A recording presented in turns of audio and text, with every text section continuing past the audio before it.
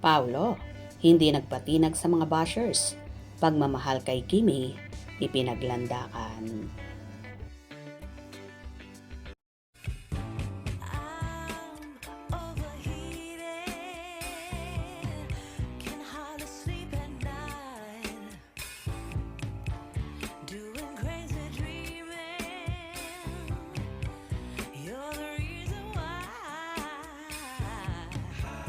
hiding by the baby. Iba talaga ang naging tama ng multi-awarded actor na si Paolo Avellino sa kanyang ka-love team at screen partner na si Kim Chiu. Na tila sa lahat ng nakarelasyon niya ay pinakaiba ang naging feelings at special nga ang nararamdaman niya sa dalaga na ikinatutuwa ng buong Kim Pao Nation. After nga ng pagiging broken-hearted ng Queen of the Dance Floor ay napalitan ng kaligayahan sa piling ng aktor kung saan real na real ang pagmamahal sa dalaga at handang ibandera sa publiko ang relasyon sa tamang panahon upang lubos na maunawaan kung bakit ganito na lamang ang iyak at saya ng mga fans habang kailangang balikan ang pinagdaanan ni Kim Chiu.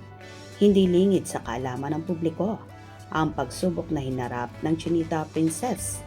Pagdating sa pag-ibig, ang kanyang puso ay ilang beses nang nadurog, tinapakan at sinaktan. Isipin nyo na lang, sabi niya sa video, just imagine, dalawang lalaki ang nanakit sa kanya. Hindi lang basta pananakit, ito ay panloloko. Siya ay niloko at ipinagpalit sa iba.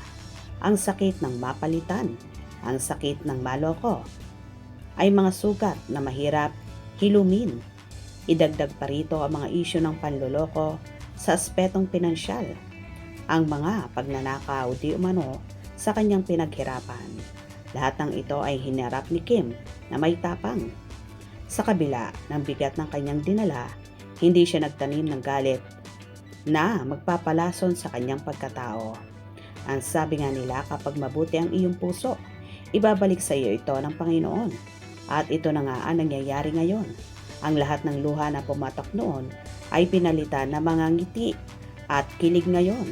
Ang karma ng kabutihan ay dumating na sa katauhan ni Paolo Avellino.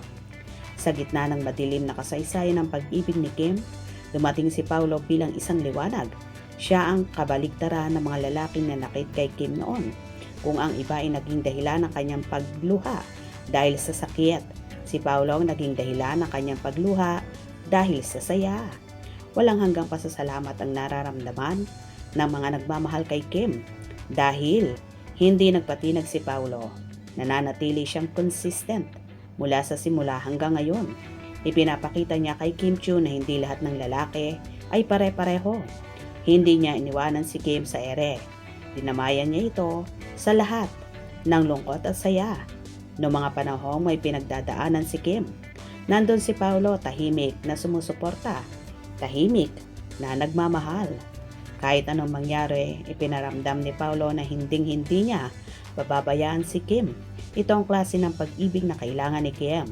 Isang pag-ibig na sigurado, isang pag-ibig na protektado siya, at isang pag-ibig na ipinagmamalaki siya. Hindi lang sa harap ng kamera, kundi lalo na sa likod nito. Ang kwento ng proposal ni Paolo kay Kim ay higit pa sa balitang showbiz. Ito ay isang kwento ng pag-asa para sa lahat ng nasaktan, para sa lahat ng niloko at para sa lahat ng nawala ng tiwala sa pag-ibig. Ang kipaw ay isang paalaala na may nakalaang tamang tao para sa bawat isa. Ang mga pagsubok at problema na hinarap ni Kim ay naging daan upang maging mas matatag siya at upang mas ma-appreciate na ang tamang pagtrato na ibinibigay ni Paolo. Ang Diyos ay makatarungan. Nakita niya ang busilak na puso ni Kim, kaya naman ibinigay niya ang isang Paolo Avellino na handang panindigan siya sa harap ng Diyos at ng tao.